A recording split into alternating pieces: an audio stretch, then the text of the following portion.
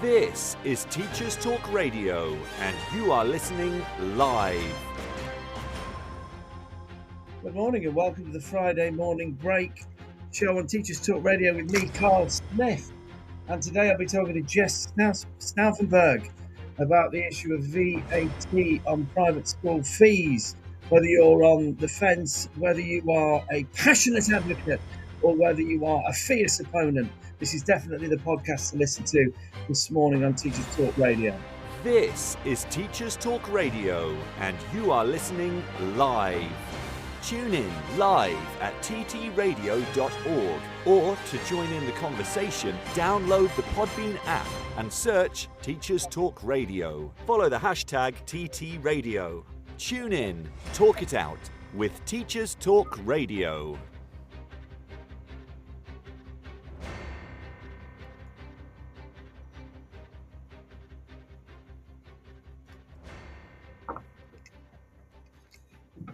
So good morning, welcome to the Friday morning break show with me, Carl Smith, on Teachers Talk Radio. And this morning we're asking the question, Exodus.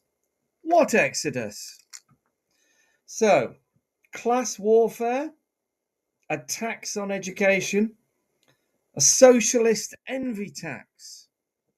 And these are some of the milder comments made by opponents of the government's VAT on private school fees that was introduced at the start of this year. I think it's fair to say that certain media outlets have not held back on their views about this particular policy. Hardly a week goes by without stories of an exodus from the private sector, multiple closures of private schools attributed to the tax, and send and vulnerable children in private schools in crisis because the state sector can't meet their needs. It seems comments about this policy generate plenty of interest, and there's no sign of that slowing down. In other words, there's something about this policy that makes people passionate. Yet this week, we find evidence that there has, in fact, been no exodus. A government source told the Guardian newspaper, despite all the doom-mongering from the private schools lobby, there hasn't been a mass exodus from private schools, which might suggest that, in the words of Mark Twain, reports of the death of private schools have been greatly exaggerated. So, what is the truth? Joining me today is a journalist with a keen interest in matters educational, Jess Stauffenberg. Good morning, Jess. Good morning, Carl. Thanks so much for having me on. And I'm so sorry, Jess, that we've had our technical issues. It's my complete idiocy, never my strongest suit. And for various reasons, anyway, I made a complete hash of that. And so, but you are joining. You're we can hear you loud and clear, which is the main thing. And so it's lovely to have you on the show. Do you want to give a little background about yourself, Jess, so our listeners know something about you? Yes, and I can really sympathise with the technical stuff because in one of my many hats, I was once asked to produce a podcast, and it is a nightmare, so I completely understand. I'm a journalist. I started off as just a sort of general reporter, and then I was lucky enough, quite a long time ago now, it feels like, I don't know, God, 2016 or something, I got a job as a education reporter at the brilliant investigative digital newspaper School Week, which if you don't get it in your school, you do, because you'll suddenly find out everything you didn't know. So I worked at School Week for 6 or 7 years, and then there were a few reasons, professional and personal, when I left, or not long before leaving, I suggested that there needed to be a kind of equivalent to the various brilliant think tanks out there that produce data on everything from grammar schools to academy trusts to whatever you like. There was always some group you could go to ask for the data on that particular nerd topic, but there wasn't one on independent schools. And so, I had the independent school beat when I was at Schools Week, and I've also gone through 2 private schools, and I have family who've worked in both the private school and the state school sector, and it felt like a very underreported area, an area where it's very hard to get hold of data and information. So I was stupid enough to suggest to several authors who had done a lot of research and work that they should set up such a website and such a kind of mini think tank. And they said, well, can you do it? So I did. And we work with academics who are researching private schools, and then we help to disseminate and platform the reports that they do, basically. And we run events and we speak to state school heads, private school heads, and we're basically aiming to reduce the educational inequality gaps, of which there are various types, between the two sectors. So yeah, that's where I am, and I'm still a journalist now, but not anymore in education. Brilliant. And I'm sure everybody, whatever side of the fence they are on the debate about VAT on schools, everybody would share your your desire for greater equality of access to education. I'd like to think that. Because one of the things about education is, of course, that it is something which affects, certainly initially anyway, it affects the first part of your life. And as such, therefore, you've not had a chance to, I guess, show, display any talent or any effort as such. You've not established yourself in the world. So it is something that everybody, would take Rousseau, everybody's born equal, as it were, then surely everybody should have a right to a good education. And absolutely. That's something I think everybody surely that's listening to this podcast would agree with. But on this particular policy, before we get into the detail of the policy itself, let me ask the question. Private schools, are they detrimental to our country, social mobility, and our politics, or are they an asset to the country? It is such a good question. I obviously do feel strongly about the issue, right? You can get really emotive about it. If you do a job I did before I became a journalist, I worked for a charity that does a lot of work with schools. And to put it this way, it is difficult to kind of keep a nuanced view of it in your head when I was going to visit a school in Surrey, Jeremy Hunt's former school, Charterhouse, and it is like going around Hogwarts, and you get, a better lunch than you would ever buy yourself, in London for lunch. And then my other schools I used to go and visit just for the kind of cool marketing job I used to have. And just down the road, I'd then go off and visit the state-funded pupil referral unit, where some of our most vulnerable kids who need all the support in the world were being given, pizza in a polystyrene box and a slab of beans. The question is whether the first causes the latter, right?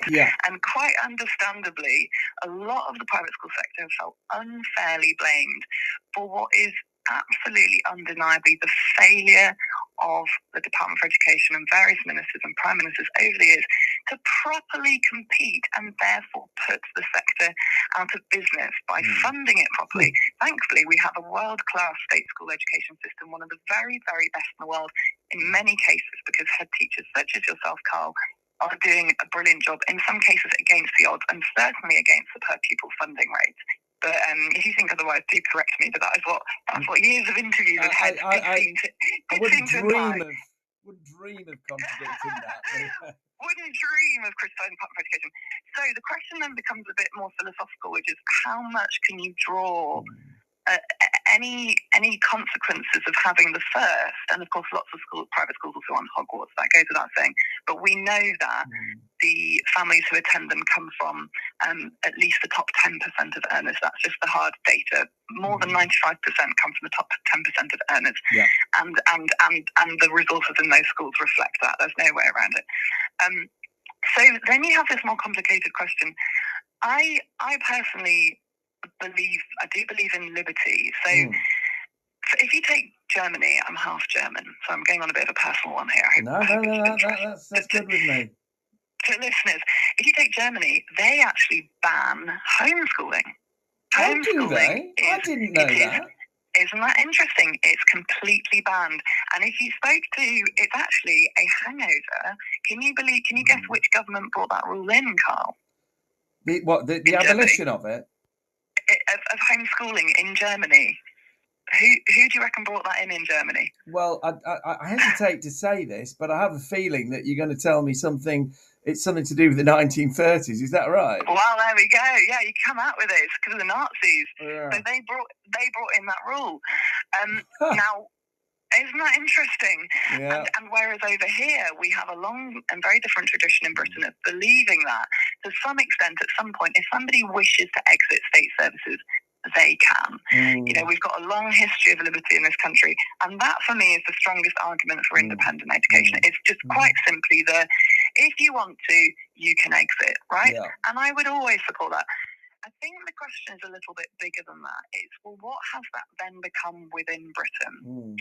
And you get lots of independent schools all over the world. You've got them in most other European nations. But what you have in most other European nations is a very, very small sector which largely caters for kind of very niche education or very Catholic education or particular special needs education. And in fact, to go back to the example of Germany, which is by no means perfect in its education system, but to go to a non-state school usually means that you weren't able to cope with how demanding and brilliant the state school itself is. It's actually quite embarrassing, right? Okay. To some extent to go.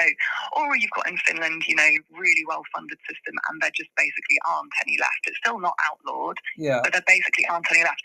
What we know is that social mobility in both those nations, but I would need to check exactly how this pans out for Germany, but is better.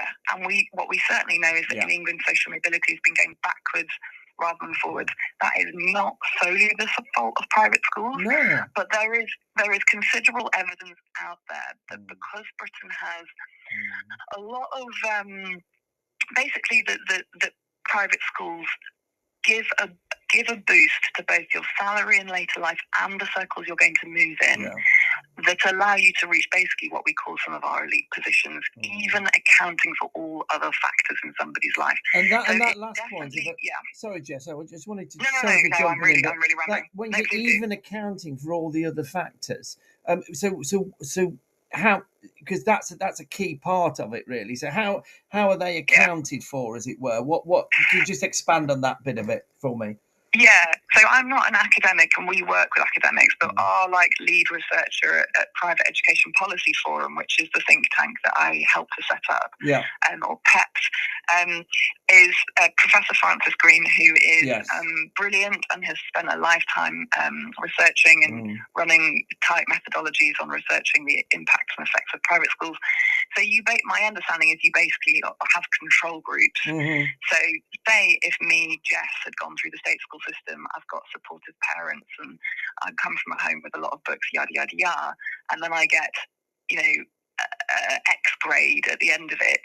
The evidence suggests that if, you know, the other version of me that goes through private schools, there's still enough of an advantage conferred that at certain qualification levels, I will still get a slight bump up in grade.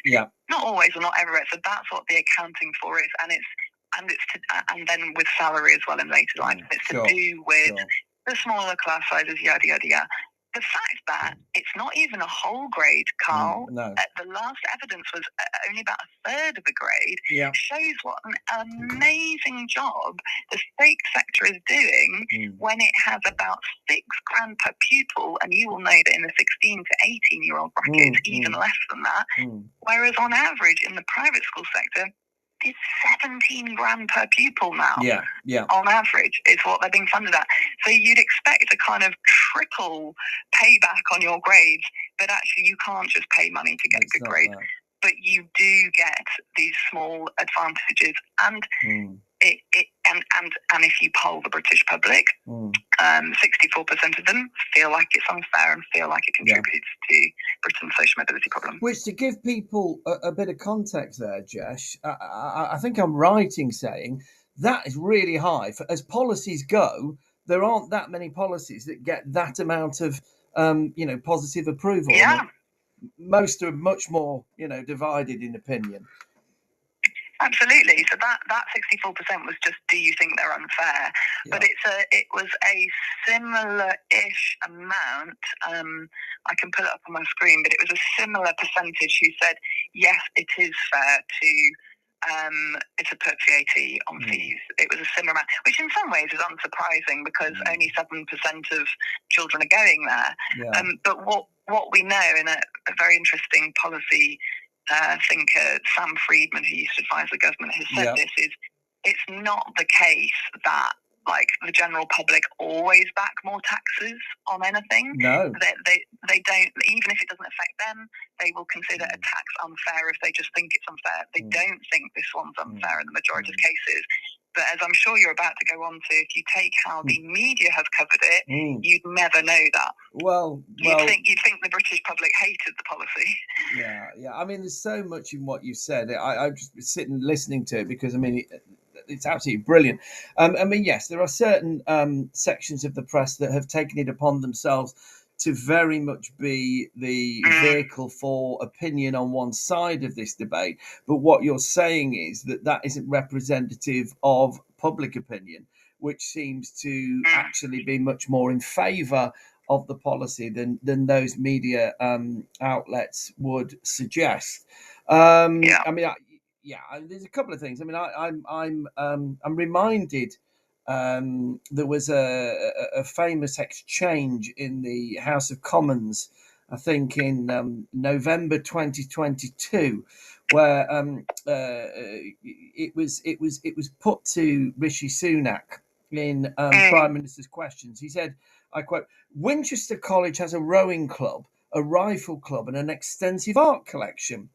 They charge over £45,000 a year in fees," Starmer said, before asking why the Conservative Prime Minister had, through the VAT exemption, which of course at that point existed, handed it nearly £6 million of taxpayers' money. And then Starmer put it to the House and said that down the road in Sunak's home city of Southampton, 4 in every 10 state school pupils failed their English and math GCSEs. So the question was begged, is that £6 million of taxpayers' money better spent on rifle ranges in Winchester or driving up standards in Southampton? And that was a pretty stark way of putting it, wasn't it? And if you put it in those terms, it looks like it's a no-brainer, isn't it? People are going to say, obviously, it's going to have more of an effect in Southampton, and their need is much greater than the other. But having said all of that, the as we say, the media have certainly put up a really, really clear fight against this policy, so it certainly inflamed passions. So as a result, you might think that there would be a lot of people that had decided that the tax was a bridge too far, and they were going to send their child to the state sector. There was going to be an exodus. Now, has that been the case? Well, the fact that the Guardian has reported just this week saying that doesn't seem to be happening yet isn't of any surprise if you're as much as a sort of nerd as I am about reading the news. So I'm just going to read you findings from a Financial Times investigation published in June 2024. So we'd by that point had multiple headlines across the Times, Telegraph, and usually what the headline is it's usually a quote from somebody saying, state schools will be flooded, says blah, blah, blah, but then the whole thing runs as though it's a news story. And what the journalist hasn't done, because there's not enough interest from their own editor for doing this, because they know that the story will get clicks and will sell, and is having run the data themselves on whether the opinion of that person stacks up or not. The Financial Times, being a paper of incredibly high quality, thank goodness decided to do this, although why it should be such an exception rather than the rule in journalism, I don't know, and I think that's one of the big problems that England faces. So anyway, the FT decided to run this. So what they found was, according to Financial Times analysis of 2022 to 2023 data from the Department for Education, which is the most recent, 85% of local authorities had more unfilled places in state primary and secondary schools than there were privately educated students in those areas. And that's before you even sort of take the biggest, most generous guesstimate of how many kids might leave the schools, which was very difficult to guess anyway. We had everything from Jeremy Hunt coming out with 90,000 pupils, which it turns out he'd taken from the private school sector lobby, the Independent Schools Council, rather than from, maybe an academic before just repeating it in Parliament, to much smaller figures such as the one estimated by Professor Francis Green I mentioned earlier, and some of his colleagues at UCL, who said it was going to be about 20,000. But anyway, whatever the number is, 85% of local authorities had more unfilled places. So it sounds like in a small percentage of local authorities, you might need to bring in some extra money to build a new classroom potentially, but it's going to be the absolute minority of places, and probably it will be wrapped up with a special educational needs provision crisis. So it's of no surprise to me that so far there's no massive exodus at all, because the FT had already told us that wasn't a problem, but I had an interesting moment the other day, Carl, where I was just having a picnic out in the sun that we had briefly the other day. Well done. Thank you very much. And I was speaking to a friend I haven't seen for a while, and this topic came up, and she just said, "Well, of course, all the state schools are going to get flooded." And I just thought, well, there we go. That's so interesting. It shows you that if you say it long enough and loud enough, and the SB only run one nerdy piece of the graph, no one's ever going to remember that. And who reads the FT anyway? There's a subscription you have to pay for it. It's about £5 at the weekend. No one's going to get that. Whereas if you're scrolling through your feeds on social and you see these paid pieces repeated, of course, understandably, you're going to think, oh, looks like there's a crisis looming. Crisis? What crisis? Exodus? What exodus? The only thing to add, of course, is we're only just into the policy, right? So it only came in January. So it would be really inaccurate to say that we don't know that over time there won't be particular case studies in the coming years where an entire school ends up closing as finances build up and become untenable. I think what we need to remember in those cases, though, is that the private school sector as a whole has been raising its fees for decades. For decades and decades. It's been a huge rise since about 1980, hasn't there? Huge rise. Absolutely. It used to cost you about a fifth of the average national income in the 1980s to send your kid to private school. It now costs you half of the national average income for a normal adult to send your kid to private school. And that has been, so that's accounting for inflation. That has been the private school sector's choice as it has had to compete with each other and get, better resources to get more kids or whatever. And as the state school sector has become so brilliant. So the kind of blaming entirely onto the government of the increase in fees, when it is on the back of huge increases in fees the private school sector has itself chosen to make, is I mean, it's hard to not see it as a little bit dishonest, if not downright not honest at all. Thank you for making that clear. 'Cause a lot of listeners, I don't think would necessarily be aware of that. I'm just going to just quickly go to our sponsors just to have a quick word from them, and then we'll rejoin this because there's so much more to talk about. Meet 2025 BET Award winner Kialo EDU, the 100% free tool for thoughtful, inclusive classroom discussion. On Kialo, students contribute instantly and simultaneously to create an interactive map of a discussion, deepening their subject knowledge and enhancing their critical thinking skills. Set tasks, track participation, and provide personalized feedback in just a few clicks. And since it's compatible with all your favorite LMS platforms, it slots seamlessly into your existing workflow. Over 1 million educators and students are already using Kialo to make the world a more thoughtful place. Join them today at kialo-edu.com. This show is brought to you in partnership with John Catt Educational, publishers of professional development books and resources that support great teaching and learning in schools around the world. Don't miss out. Level up your professional development today and visit johncattbookshop.com to explore the full range of titles. Use the code JCTTR2425 for 20% off your order. Happy reading.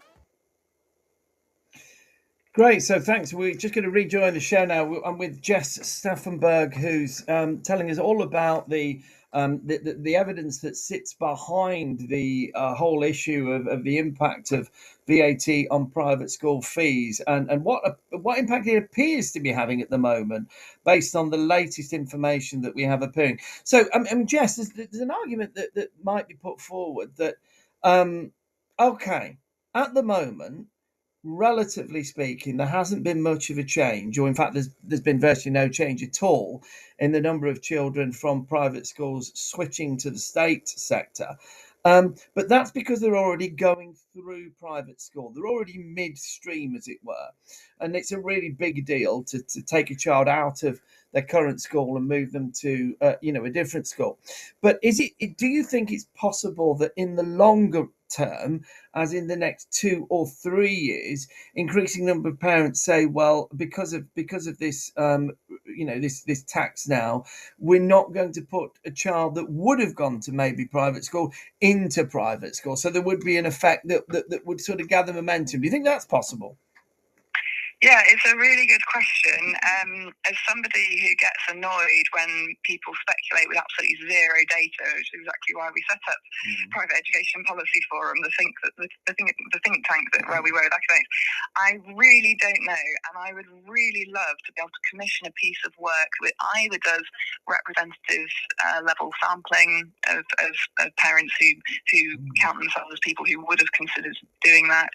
I mean, it sounds reasonable in the same way that we know, I think, that there has been a drop-off in certain cohorts of students choosing to go to university since fees, for example, although that's not my strong point in higher education. It makes sense as an incentive, but you'd have to look at the data. There's only one other thing, Carl, which I will bring in here, is that, and to bring us back to kind of the point that you made at the start, which is that most people really want the best for kids, and they want greater equality, is we shouldn't overlook that within this whole issue, although the numbers themselves are small, there are certain individual personal stories which are really sad. So I have absolutely spoken to parents who have rung me who have their kids in the private school sector who now can't afford it, and maybe they were lucky because a grandparent or whoever could just afford it, and so they're in a much more privileged position than most people who could never have a grandparent or whatever it is they have to give them thousands and thousands and thousands of pounds a year but that kid is now happy at that school and settled, and they were unhappy at their old school because there was that other kid in the classroom who just wasn't very nice to them or whatever. And they are genuinely really upset. So there's these examples of like some real individual it won't look like a tragedy from the point of view of the nation, because we've got kids living in hostels and on the poverty line. But it is a tragedy within that family, because we all know we don't want to see our kid crying their eyes out because they can't go and see their friends anymore or whatever. So there is that, and I think then we come back to the wider point of this just isn't a problem in other countries. When my dad moved over from Germany to England, he was bewildered that his, new wife was already doing all these backflips and acrobats in her head about how exactly to wangle, their way into getting their kids into a good school locally. And it is a history of basically not... I don't want to just say it's a history of the class system in Britain, because it's a very simple outlook, but it is something that is quite bewildering to outsiders who come from other countries where the state school system is high status, excellent, teachers are well respected. I mean, I've seen it when I have travelled around Helsinki and visited schools there. The teachers consider themselves to be entirely their own bosses. They all have MAs, and it is a high status, well remunerated profession. And I just read a couple of days ago the vacancies in the state school sector are now a record high. So the other question is, and that's because there has not, to what extent does having education ministers who themselves come through private school and themselves send their children to private school, has that had any impact over the last 50 years on, meaning that we have not quite considered the state school sector to be as brilliant as other countries that don't have loads of politicians who go through a separate system and don't send their children into a separate system? I haven't seen any research on that, so I don't know. I wish someone would look into that. It's a difficult one. It would be a difficult line of inquiry to prove. Absolutely, it would. It would be very difficult. It would be very difficult. But what we do know is that when you go to other countries that don't have what I'm going to call an elite private education school system, where by default it is what most people, whether they oppose or support them, would consider to be a advantage. Loads of countries don't have that, and they are bewildered when they come to us and see that we do have that.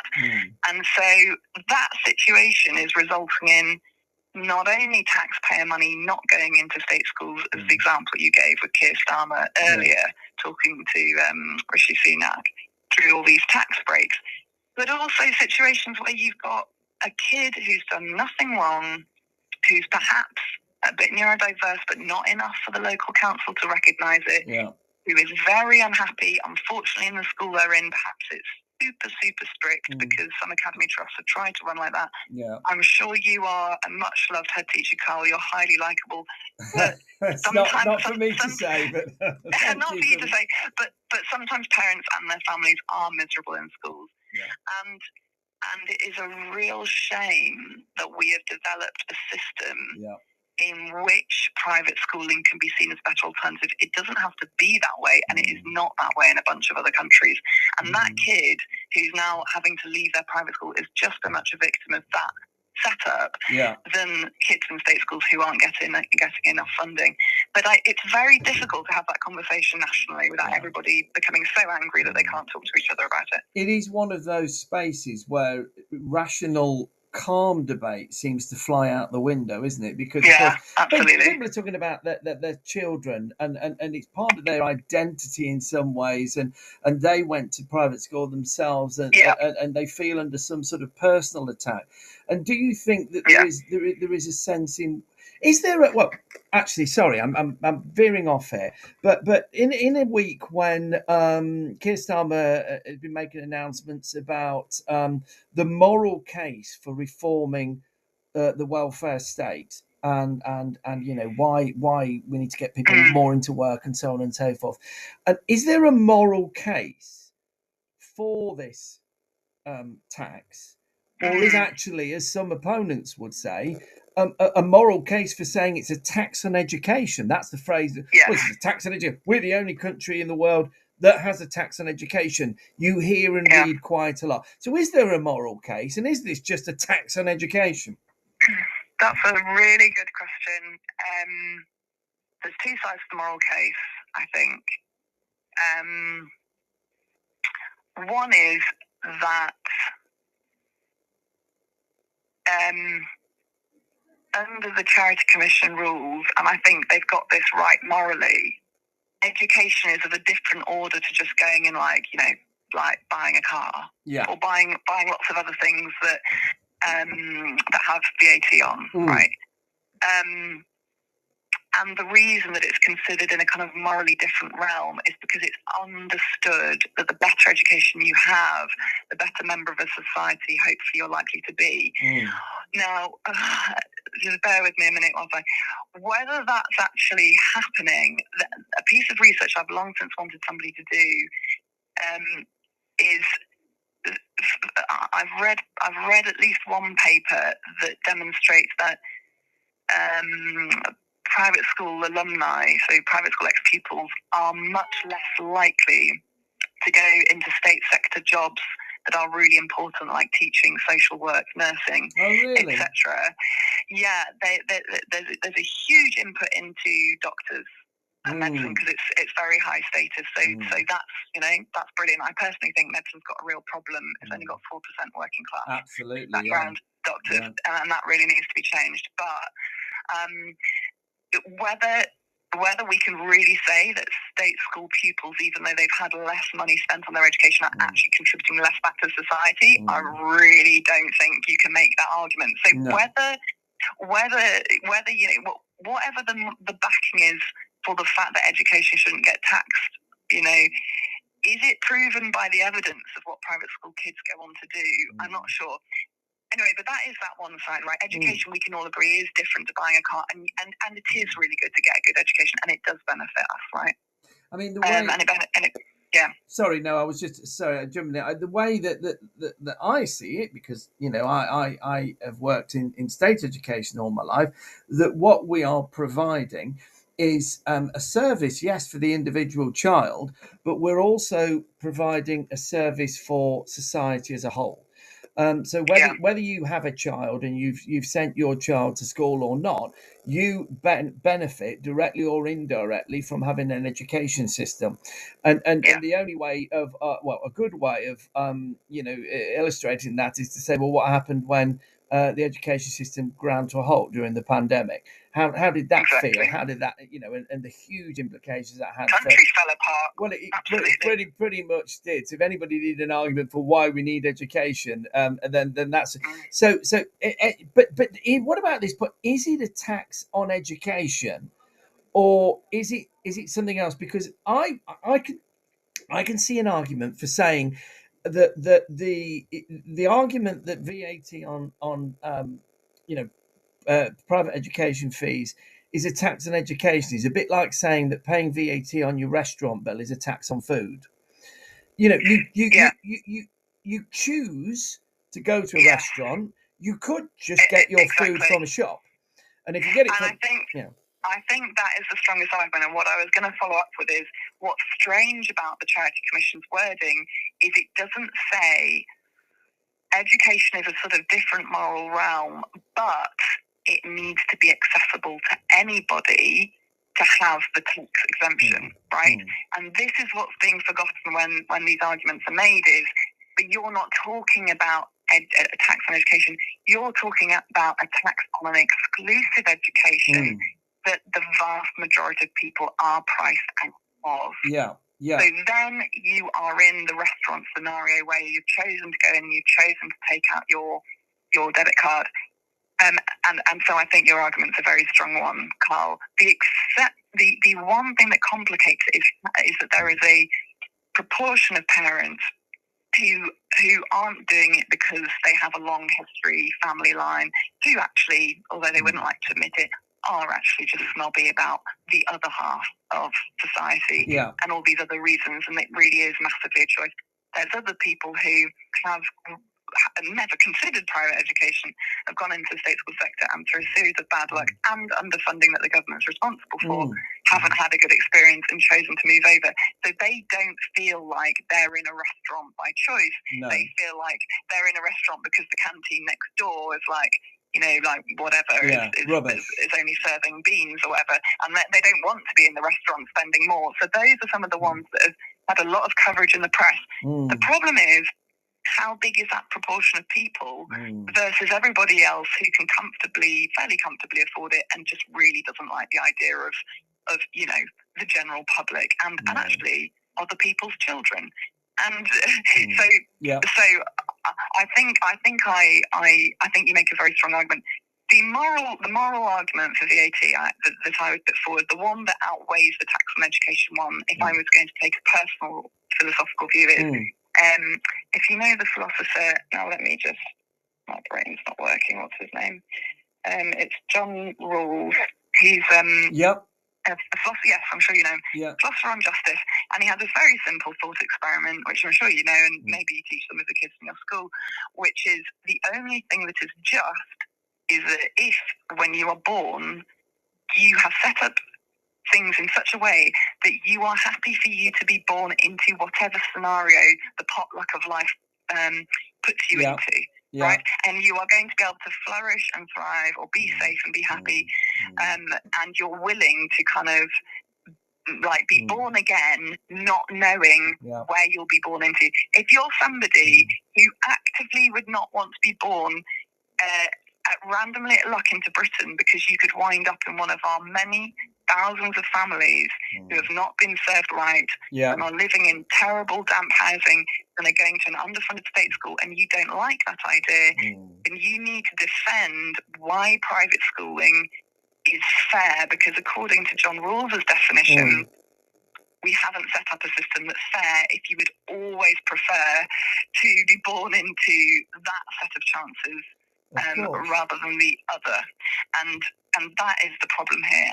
The good thing is when I've gone and visited private schools and chatted about this VAT thing with them, and there's head teachers out there who aren't very well represented by the Independent Schools Council, which is extremely bullish, and who actually privately say that they themselves are a bit uncomfortable with some of the messaging, and also say that they think that some of the charitable work that the private school sector does is absolute rubbish and just amounts to kind of tick boxing, box ticking even. But they will say, if I put the kind of John Rawls challenge to them about shouldn't every kid, regardless of who their parents is, get the equal chance at the same kind of economic, go, yes, I agree, and I don't know what to do about it.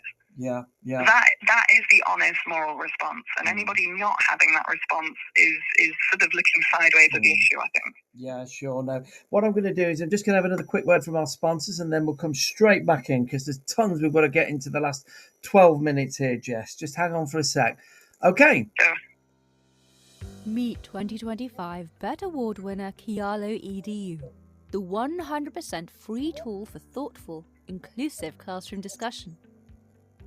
On Kialo, students contribute instantly and simultaneously to create an interactive map of a discussion, deepening their subject knowledge and enhancing their critical thinking skills. Set tasks, track participation, and provide personalized feedback in just a few clicks. And since it's compatible with all your favorite LMS platforms, it slots seamlessly into your existing workflow. Over 1 million educators and students are already using Kialo to make the world a more thoughtful place. Join them today at kialo-edu.com. This show is brought to you in partnership with John Catt Educational, publishers of professional development books and resources that support great teaching and learning in schools around the world. Don't miss out. Level up your professional development today and visit johncattbookshop.com to explore the full range of titles. Use the code JCTTR2425 for 20% off your order. Happy reading. Okay, so welcome back to the show, the Friday morning break with me, Carl Smith, talking to Jess Stauffenberg about VAT on private schools. And we're getting a lot of engagement with the show at the moment, Jess. There's a lot of people interested. I'd like to invite anybody that's engaging with us live to put their comments in. Just message us those, and I'll do my best to read any out that come in, because there's obviously lots and lots of people who feel quite passionately about this whole thing. Jess, a lot of people are saying, well, okay, we get that the government made it clear that they wanted to introduce this well before the election. Then they have been given a huge mandate at the ballot box. So, you know, that's democracy in action. But why did they have to introduce it mid-year? And some people have called that vindictive and spiteful and unnecessary. I totally hear that, and I personally would never have introduced it in January. I'd have introduced it in September. Why wouldn't you give schools enough time to plan, both sectors? Like, I totally hear that. I think that's completely valid, but that's just my personal view. I don't think anything's ever served by rushing it.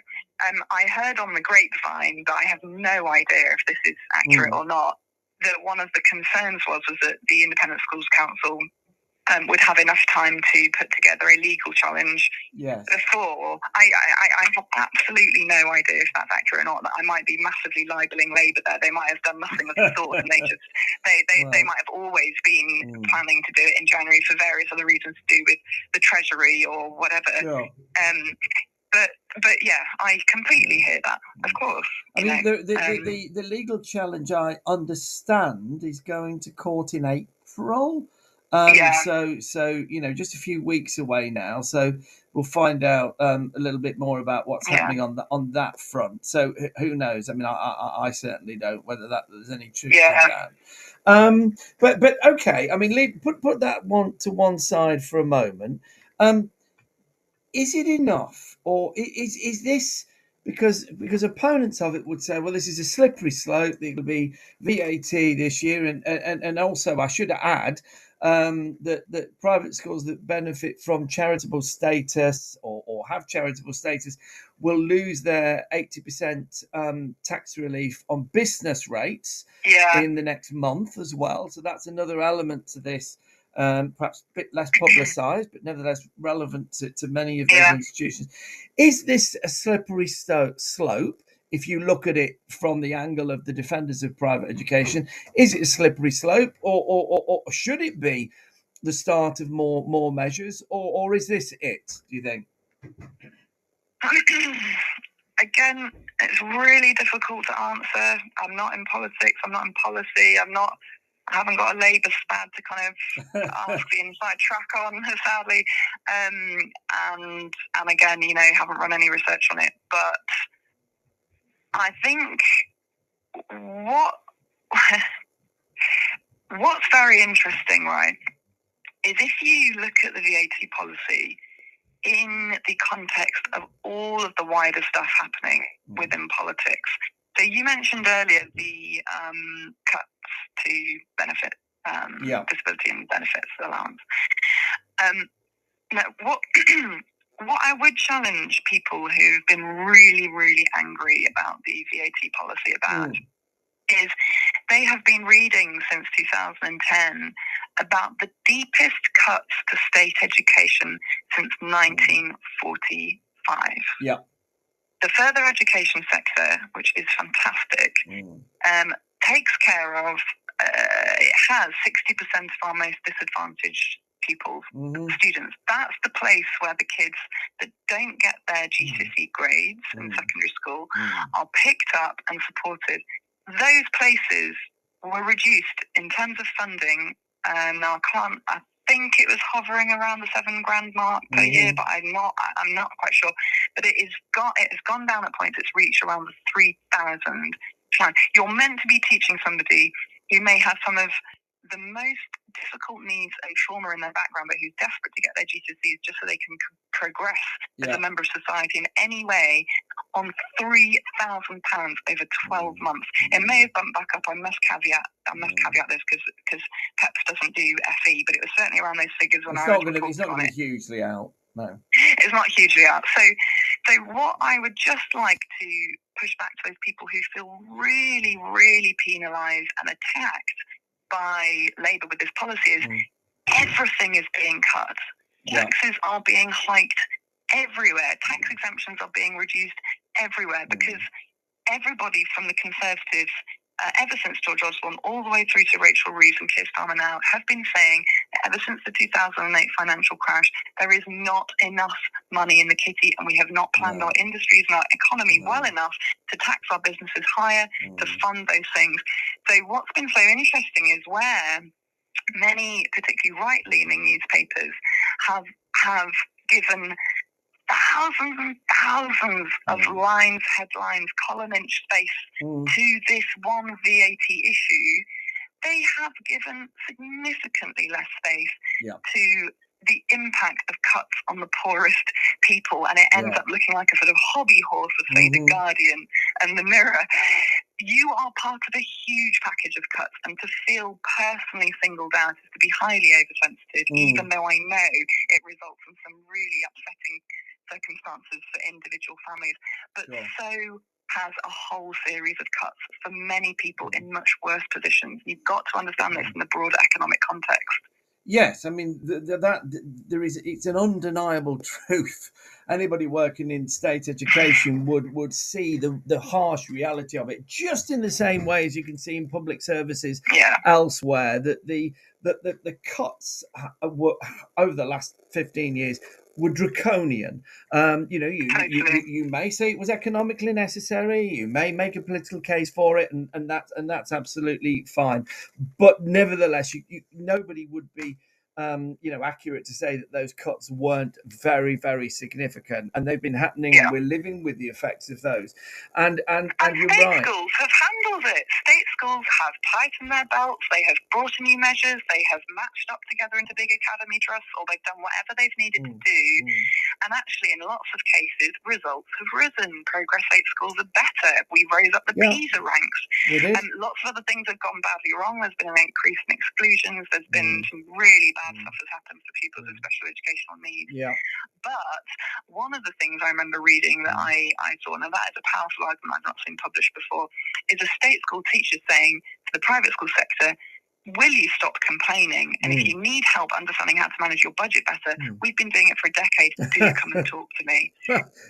We've certainly become experts at managing a dwindling budget. And that's, it's just a rubbish situation for everybody. We clearly need a wider conversation about why we are not bringing more money into the Treasury. But that is why it's not just the kind of vindictive thing. That is partly why Labour are doing it, because it's very hard to get the public to agree to tax rises of any sort without wanting to vote you out. They feel private schools are unfair, and they feel the sector as a whole is wealthy enough to contribute more into the exchequer. And that's been happening all across society for a long time now, and it's now their turn. I did have a really interesting conversation with one private school head who I really respect and their thoughtfulness on this issue, who said, I would have supported raises in corporation tax and even income tax on someone like me in the salary I'm on 1,000 times over from doing it on VAT instead. It should have been raised that way, because this is going to affect parents and it's going to affect children. And I said, that's a really strong argument. Do you think you would have ever got it through Parliament? Do you think the government would have ever not been punished by voters? And they believed that they wouldn't. But I'm afraid, as a more hard-bitten, cynical journalist, I don't believe that. All of the evidence shows that people are refusing to pay any more in tax, and that corporations also, I mean, we have really low corporation tax. I think it should go higher. But that's not what businesses say. They say, well, we'll move abroad, we'll move back to America or whatever. Well, I mean, the hard reality is people may say one thing and then act in a different way. So, nobody wants to, relatively few people want to openly in public, claim that they're just looking out for number one and they're not necessarily bothered about the welfare of everybody else.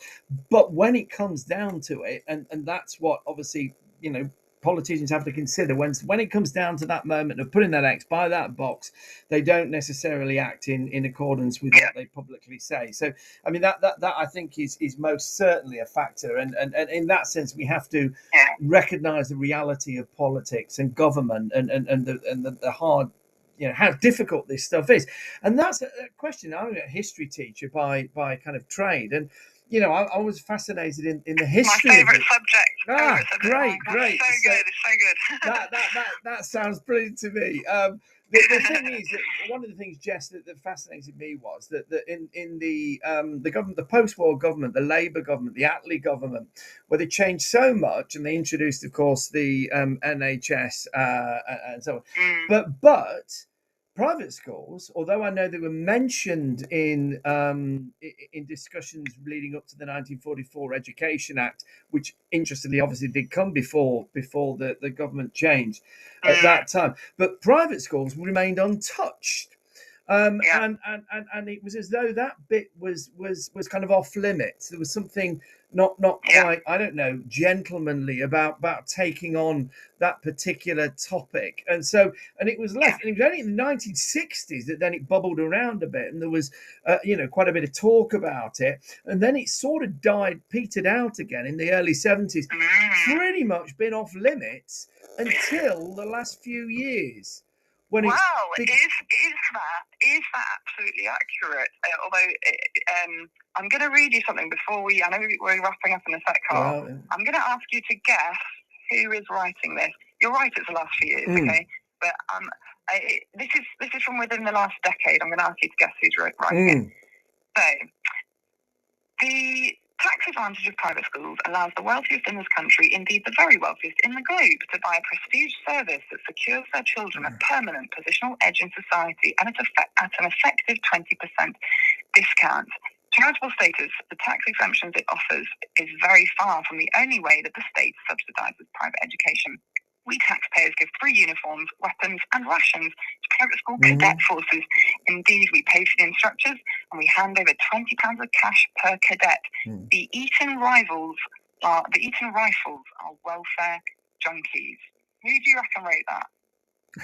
Well, I do know, oddly enough, that, and I'm not sure whether he wrote that or said that or not, but I do know that Michael Gove was That's right. Is it Michael Gove? That's Michael Gove, 2017, in the Times, and the headline of the opinion piece is "Put VAT on school fees and soak the rich." Yeah. And then a few years later, you've got Theresa May. Oh, sorry, the year before, you've got Theresa May in 2016 saying, Theresa say private schools are at risk of losing their tax breaks if they don't, and then she's got a whole list of things they have to do.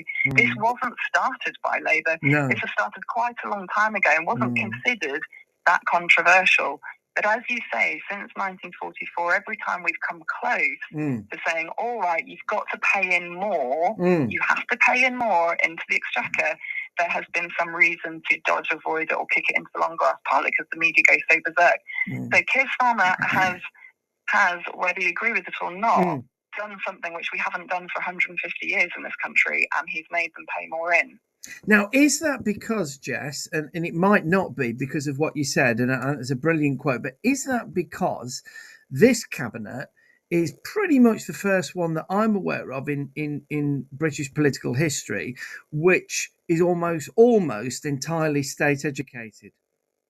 I personally don't think that's the reason, because Right. you can see it. You can see in other examples that that Keir Starmer is basically trying to raise money and cut costs, and that he's going. And we know that he is a big rule by focus group kind of guy. I might be totally wrong there, but my understanding is that he's a very careful thinker who sees what the public is going to say. I don't actually personally think that's always the best way of running government, because I think you end up being surprised at how fickle the public's opinion is on stuff. Absolutely, but leaving that to one side, and who am I? I just stand as the nosy journo. But I think he did it because he knew the public were behind it. Yeah. And I think a secondary factor probably is that it wasn't a 90%, or a 60 or 70% cabinet that was privately educated. So I think that was like a secondary factor that meant the cabinet even let the thing be on the table. But I think the first factor was he knew the British public supported him. Yeah, so it helped, but it wasn't the root cause. That's just my view. And I mean, from what you said, there were plenty of voices on the right starting to review this area in the years running up to the last election. So doesn't it coming for the fan apparently? Yeah, so there's obviously something else that's been going on there in our political discourse, which has made this issue now. So this is the first government that's actually gone over the edge in terms of making the decision and then implementing it. So that's quite a significant historic moment, and I don't know whether everybody. No. And I don't think people have really realised. I'm not saying it's a historic moment to go and have a massive party, but it's certainly a historic moment. Yeah, whatever your views of it are, whatever your views of it, it's certainly a big deal in those terms. So going back to the original question, Exodus, what Exodus? Are you pretty much suggesting here, as the evidence from the because it was offer day earlier in the week to parents for children going into secondary school, is it seeming to be the case that it isn't an exodus, and actually some of the more apocalyptic predictions about what's going to happen to private schools as a result of this tax are proving to be quite a long way wide of the mark? Definitely. Clearly, the data shows us that we haven't had some enormous exodus, but if you've been reading the news carefully over the last 2 years, then you could see the sources for a lot of those panicked claims were less than neutral. So it's no surprise at all. However, What I don't know is the longer term, and that will depend on the performance of the state school sector, whilst there's loads of teacher vacancies, for instance. But we know that 7% has been the sort of stable proportion of kids who've been in private school for absolutely decades now. Moving it a percentage either way is a big deal. Yeah. And I don't have enough of a sense of the sort of statistics. We want somebody on who's going to run some really complex models of what might happen if, you know, but I don't think Labour is going to bring in any other policy relating to private schools. I think there are, you know, let me give you one final example of a policy that a lot of people might consider to be quite fair. The state school sector trains teachers, right? So they are by far the biggest trainer of teachers. They either support them through or they have sort of teacher school-based teacher training, that kind of thing. Yeah. And there's a bunch of teachers who then leave state schools and go to private schools. Should the private school sector be paying back the taxpayer for the trained teacher they now have, who they never paid to train and has been lost from the system? I'm not saying in any way that you should at all, actually, because there's probably loads of instances of that where somebody gets trained at the state's expense and then they choose to set up a private practice or whatever. But there's loads of other things that possibly if you're down the pub, someone might say, yeah, actually that's pretty unfair, I'd like that changed. But I don't think Labour are going to go anywhere else with it. They've now got a legal challenge on their hands, and that's quite enough, you know. So I would be surprised if the proportion changes significantly. But we'll have to see. Well, I mean, certainly historically, if you know what you were saying earlier about the last 20 odd years, well, no, the last 40 odd years, the exponential rise in the fees charged by private schools. You know, huge, about 75% or something like that. Yeah, and the proportion hasn't changed. And the proportion hasn't changed. 7%, exactly. Which suggests an inelastic demand to use it, you know, for private education. So, yeah, it would suggest, wouldn't it, that that's unlikely to be the case. However, there is, I mean, estimates vary as to exactly how much money will be generated for the Treasury. And obviously, Labour keeps saying about that they're going to create 6,500 more teachers in the system, and so on and so on. Only time will tell whether one translates into another, but certainly estimates vary, don't they? Sort of, you know, I think the IFS suggested about 1.5 billion a year, something in that region, which is not an insignificant amount of money. It's not. If we had the Department for Education civil servants and, you know, Bridget Phillipson here, I would say if they really want to run the private school sector for their money, they've got to get a hold of the teacher workload thing so much. We're in a different world post-COVID. So many people I know would be in teaching if they hadn't heard the horror stories of the late nights and the weekend working. And why should anybody doing as elite a profession as teaching, where they're on their feet all day performing to kids who don't give you a second to, you know, hide behind a screen and have a little cry, which you can do in a desk job. It must be better paid, and it must be less. There's got to be more normal working hours for people, because that's the way that's the way that parents will continue to not trust that it can offer the type of education that they want. No, I mean, you know, I know that's... To clarify, there's workload issues massively in the private school sector as well, but it will be less well publicised to parents than in the state school sector, and usually the private school sector can recruit more easily than the state school sector.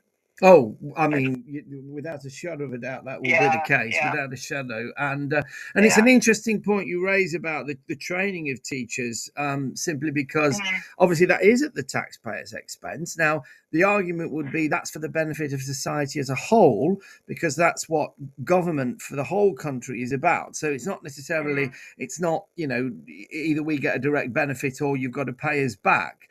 But by the same token, one would therefore say it's only reasonable that those who choose to go down a different route do pay their fair share of to help society. So, you know, everybody has you know, a stake in it, and everybody should contribute towards it. Listen, Jess, I could talk, and we've gone over time because I'm We're going to get to the absolutely. pub, Carl. We could do dozens of these, and I'd love to. And you've been brilliant. You've been a wonderful guest, and I must ask you back. And we've had really high engagement on this show. And if you've only joined it halfway through, please don't go back and listen to the start of this podcast, because I can tell you that Jess has been an absolute mine of information and insight, and it's been brilliant and really fascinating. I just Listen. love that you're doing this, Carl. You just don't sit on your chair. You are just so energetic. I love it. I love that you're doing this. I love it supported by John Catt. Honestly, well done. Brilliant. Absolutely. Yeah, no. Always many thanks to our sponsors for that. Better wrap things up before they get the shepherd's crook out and pull me off. But anyway, so thank you so much, Jess, and you take care. And if you haven't heard this podcast from the start, go back and hear it, because it's well worth a listen. Okay. So thank you very much for listening to my Friday morning break show on Teachers Talk Radio. This is Teachers Talk Radio, and you are listening live.